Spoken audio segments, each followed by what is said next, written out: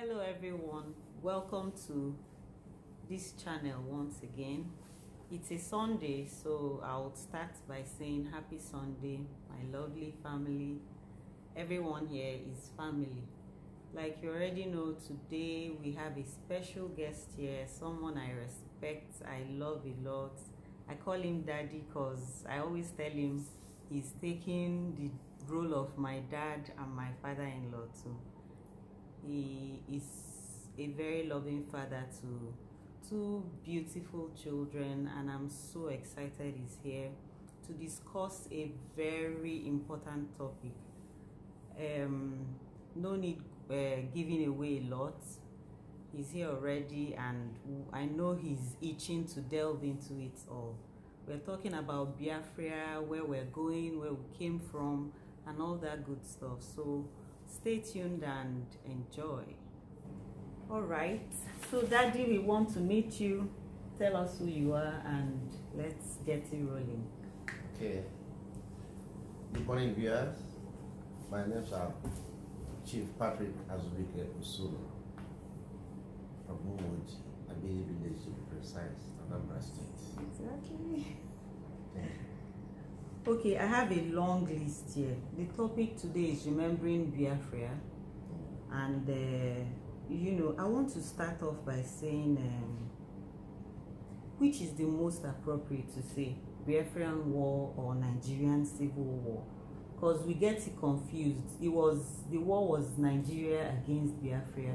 We are now together as a nation. So which is most appropriate to say? I think go by Nigerian Civil War. Nigeria, or can you merge it together, Nigeria Biafra Civil War? Okay. Do you think there are similarities between what O.I.W is doing today and Biafra, of what Biafra did in the past? Do you think there are similarities? No, there's no similarity at all. Because as of 1967, this Biafra stuff started late 66. Yes, 66. Yeah, so at that point in time, we were advised to move down to the eastern part of the country because of people were believing that the war is already over, and we were being marginalized so much that we couldn't even afford to, stand the moves the Nigerian troops were making us at that point in time. What am I trying to say here? As at 1966, late 66 to 67, the Biafran leader then, Lieutenant Colonel Ojukwu, yes, advised the Biafrans to move because he was going to declare the Republic of Biafra. So let me cut you short a little bit. You were advised to move, just to move, or was it after the coup and a counter coup? No, the whole thing started from the coup, and there was mass killing, slaughtering of Igbos. Yes. Pregnant women, they would arrest pregnant women, tear up their stomach, and then bring out the children and then kill them. So those things was given a very bad signal. So one had to. Yes. At that point in time, Lieutenant Colonel Ojukwu advised all the Igbos to move and be prepared for war, that he was going to declare the Republic of Biafra. And so it happened. Okay, so the topic mostly it's why we're doing what we're doing today. If I have to bring it up again, because we want our youths who are clamoring for change, because the Igbos, we still feel marginalized. We still feel all that happened. That was why I wanted us to see if there was a similarity between what O.I.W is asking for now and what Biafrans asked for. Yeah, so what really led to Nigerian Biafran War was Lieutenant Colonel Gowon, refusing to implement what they agreed at the Abori. So Ojukwu said, since this is not what we agreed on, let us be on our own. He never initially never wanted anything like war. Yes. All this time he was clamoring of, we want to be on ourselves. You know, it was when these Nigerian troops now started hitting hard on the Igbos that we were all forced to relocate to our respective homes and states. So, Ndi time, I have to speak my dialect because I'm more for Biafra. You know, so I bo Ndi Igbo.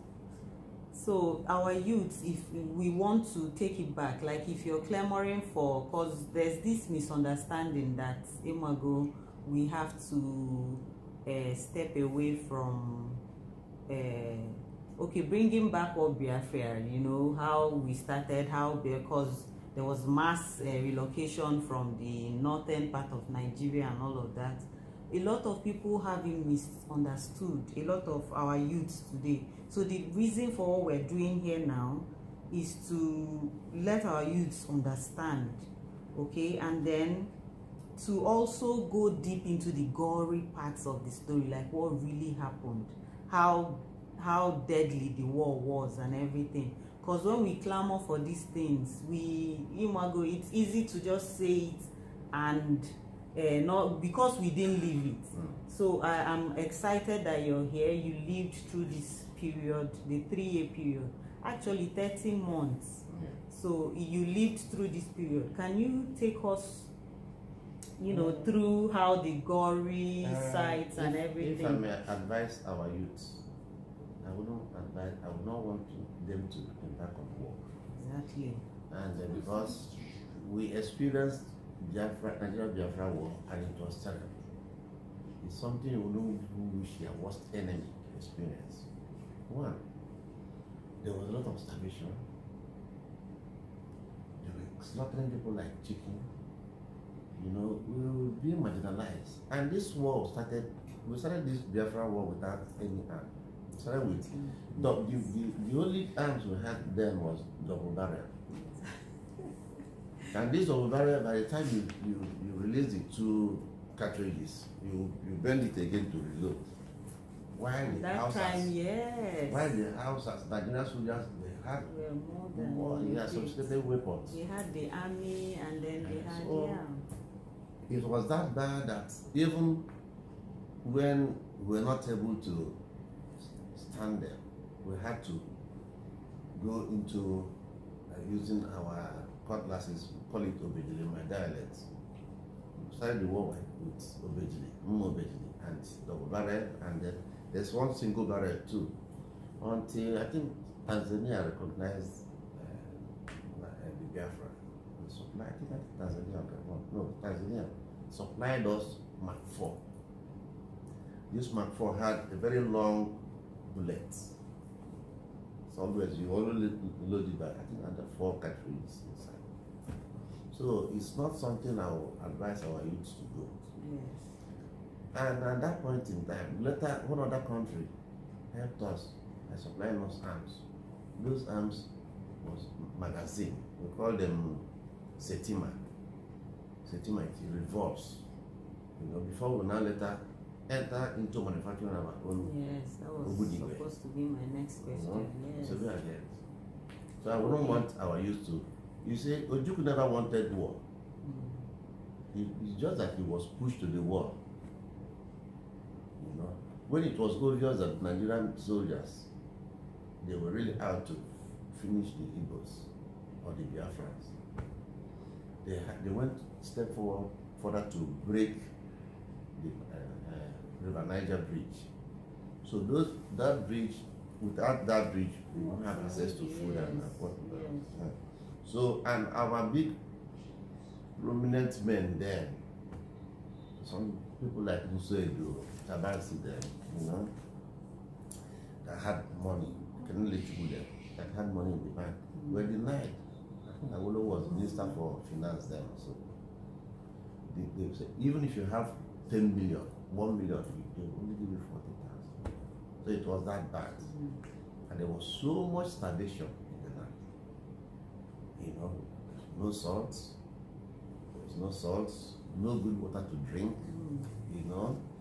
So I don't know if Do you have more questions? Yes, I do. I should go ahead. Go ahead. Okay. Go There was ahead. so much starvation in the land, no food to eat until 1968, early 68, when Gabon recognized us and they were with Red Cross. They were supplying Biafran troops with characters, medicines, drugs. You know, characters, they supply things like, we call it then Gary Gabon, corn meal, you know, egg yolk, then drugs to medicine. The thing was terribly bad. Terribly bad. So speaking, now that you touched on hunger, I want to quickly jump into what I have written down here. It was believed that Biafrans were killed more from hunger than from the Nigerian bullets. Yes. Let's say it was 60-40. 60 in the sense that there was no food. Starvation, kwashiorkor, you know. At a point, somebody like me, who were just very few in my community, for us to survive and our parents to survive there, we had to trek to Usube. There's one market they call Usube. Because Abagana sector was terrible, very, very hot. You can't even pass. We had some good, bad sectors there. Abagana sector, Okigwe sector, Ore. In Anambra, okay, Ore. Then when you bring it down to Anambra State, Abagana sector, Ian, Ogidi, there was no go area. So for us to go to Usube to buy foods, what we normally buy then was nduku, but potato, they would call it nduku. And it was that bad because there was no currency. We started enjoying Biafra currency early 80s, early 68. And we call it Mege. You're touching so many, you know, so many, yes. Okay, I was going to ask if they were supplying this food, but studies show that Port Harcourt was not conquered, but it was shut off. The Nigerian military shut off Port Harcourt because food was coming in through that area. Yes. So they cut it off. Where was this food you're talking about? Where were they coming from? The Caritas, the Gabon, how were they coming in? No, we had and you just mentioned they cut off. They used to bring in, they flew in those things. Okay. And we only had one airport then. And that airport is at Uli. That's probably known as Biafran Airport, Uli, Anambra State. So our first plane that landed there, Biafran plane, was named Biafran Baby. So if any reason Biafra comes tomorrow, Uli is a place I would suggest they would name Biafra Airport, because that was airport that was sustaining us. All the planes that was bringing relief lands there. There's a claim that there's this popular claim that Igala Kingdom and the kingdoms in River State, they were not defeated by war, and therefore they are not part of the affair. What do you? Yes, because you know, through Lagos, you can always ferry food by sea to Port Harcourt, but you can't, because Onitsha bridge has been cut off. Okay. You can't get food, but you can get those foods from Lagos to Port Harcourt, and then nobody comes into Port Harcourt because already Port Harcourt people, they denied being part of the Biafra. So they were even happy that some of the Biafrans that were residing here then left their homes. By the time the war ended, by 70, some of us that was alive that owned property in Port Harcourt, they couldn't lay hands on their property again because it was already nicknamed abandoned property. So if you have a place, when you talk about where the Igbos or the Biafrans own property very well. That was old Port Harcourt. Yeah. Agri Road, Burukri, you know, just name it, Yeah. Victoria Street, you know. So those buildings there are owned by Igbos. Bring it down to Ikoku, you know, D-Line. If even at D-Line now you see there's so much streets. Yes. Akopa streets. These are the streets, buildings owned by Igbos. Yeah. So you mentioned the currency, Ego Mmege. Mmege. The Biafran found, yes. And it was approved by World Bank, from what they told us. Yes. Because we were using it. In fact, we used it some 71. For the period of, yeah. Even 71, because we were now forced to be retrieving the Biafran currency after there was this Aguri Effiong went and announced no Victor no. So Biafra surrendered. Then we now started retrieving those currencies. You know, people. A lot of things happened though. War is something I don't know. I want anybody to go into. Yeah. Some of our wives left their husbands. So that was the slang there. Just because of money. Wow. And the military man, a Nigerian soldier will come and take over your wife, even your president. So it was that bad. Yeah. Okay, the next question I want to go into is still on this currency, the Biafran pound. It was in use before the war. It was in use before the war. Yes, no, it wasn't in use before the war.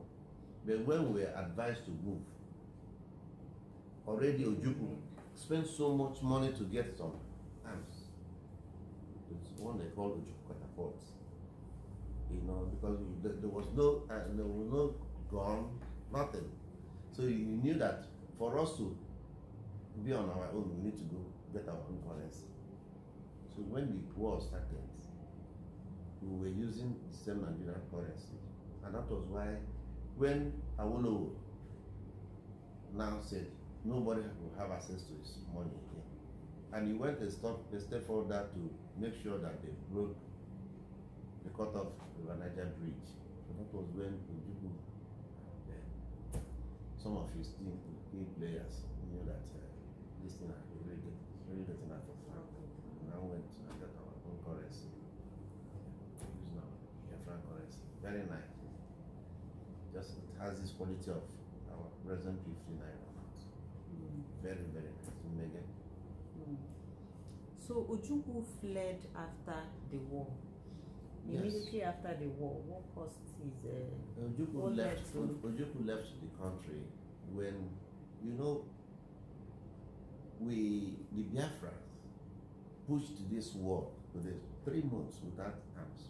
They were able to conquer O.I.W.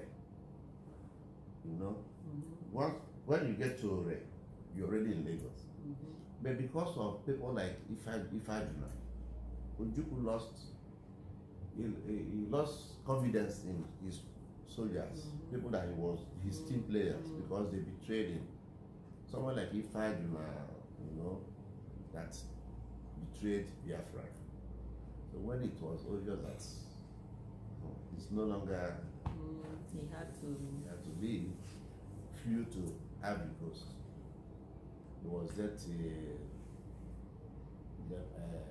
Shagari. I think Shagari gave him unconditional pardon before he came back to Nigeria. He was pardoned. Yes, he was pardoned. Unconditional. Unconditional. So he never intended to leave. If those people did not betray him, people like Nzog and O.I.W, you know, I thought that's. So the Biafrans that stayed behind, how was the feeling after the war? Were they feeling betrayed? Were they feeling left out? How was the feeling? Or was it just come together, let's build again? No, you see, there's one thing I understand about. Was there any regret? No, I wouldn't say there was regret, because the only regret was O.I.W having people like O.I.W to work with. They started very well, But along the line, they betrayed him. Yeah. And that was what led for him to have left the country. Yeah. You know, if not ordinarily, we pushed them without, I said without time. Even to the point that the Biafran soldiers killed and arrested this one machine they use, they call it Saladin. Drove it down to Moji. People were at sick bay.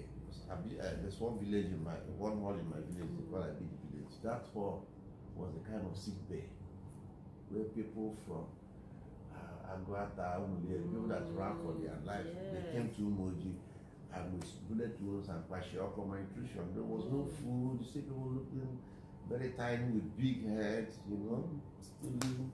So we had to use that Abidi Hall as a sick bay.